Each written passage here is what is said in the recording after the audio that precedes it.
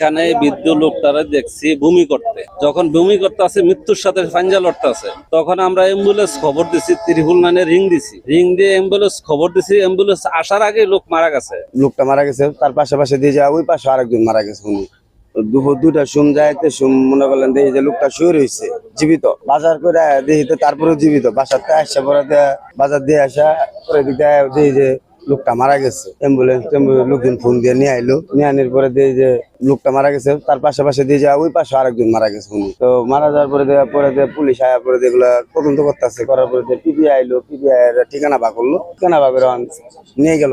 আমরা এখানে বৃদ্ধ লোকটারে দেখছি ভূমি করতে, যখন ভূমি করতে আছে মৃত্যুর সাথে ফাঞ্জা লড়তে আছে, তখন আমরা অ্যাম্বুলেন্স খবর দিছি, 999 রিং দিয়ে অ্যাম্বুলেন্স খবর দিছি। অ্যাম্বুলেন্স আসার আগে লোক মারা গেছে। অ্যাম্বুলেন্সের ড্রাইভার আইসা আর লাশ নিছে না, কয়টা মারা গেছে না কিনুম থিয়া ফালিয়া গেছে, এই পর্যন্ত শেষ। কয়জন লাশ আসছে না আসছে আমরা কিছু জানি না।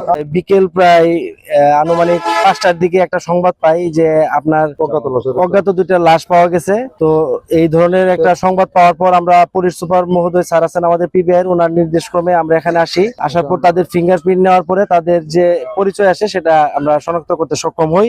এর ভিতর আপনার যে 2টা লাশ পাওয়া গেছে, একজনের নাম হচ্ছে আপনার কেসমত আলী, তার পিতার নাম হচ্ছে রহিম উদ্দিন, মাতা আসিয়া বেগম। ওনার বর্তমান ঠিকানা হচ্ছে মেস্তা ইউনিয়ন 6 দানা, জামালপুর সদর ওনার বাড়ি।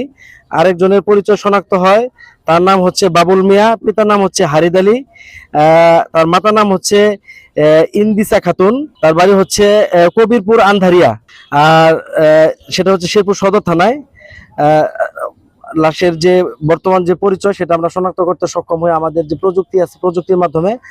আর যে এই বিষয়ে আসলে যে লোকাল থানা পুলিশ আছে, জামালপুর সদর থানা পুলিশ, তারা এই নিয়ে কাজ করতেছে। আমরা ওইটা নিয়ে ছায়া তদন্ত করতেছি।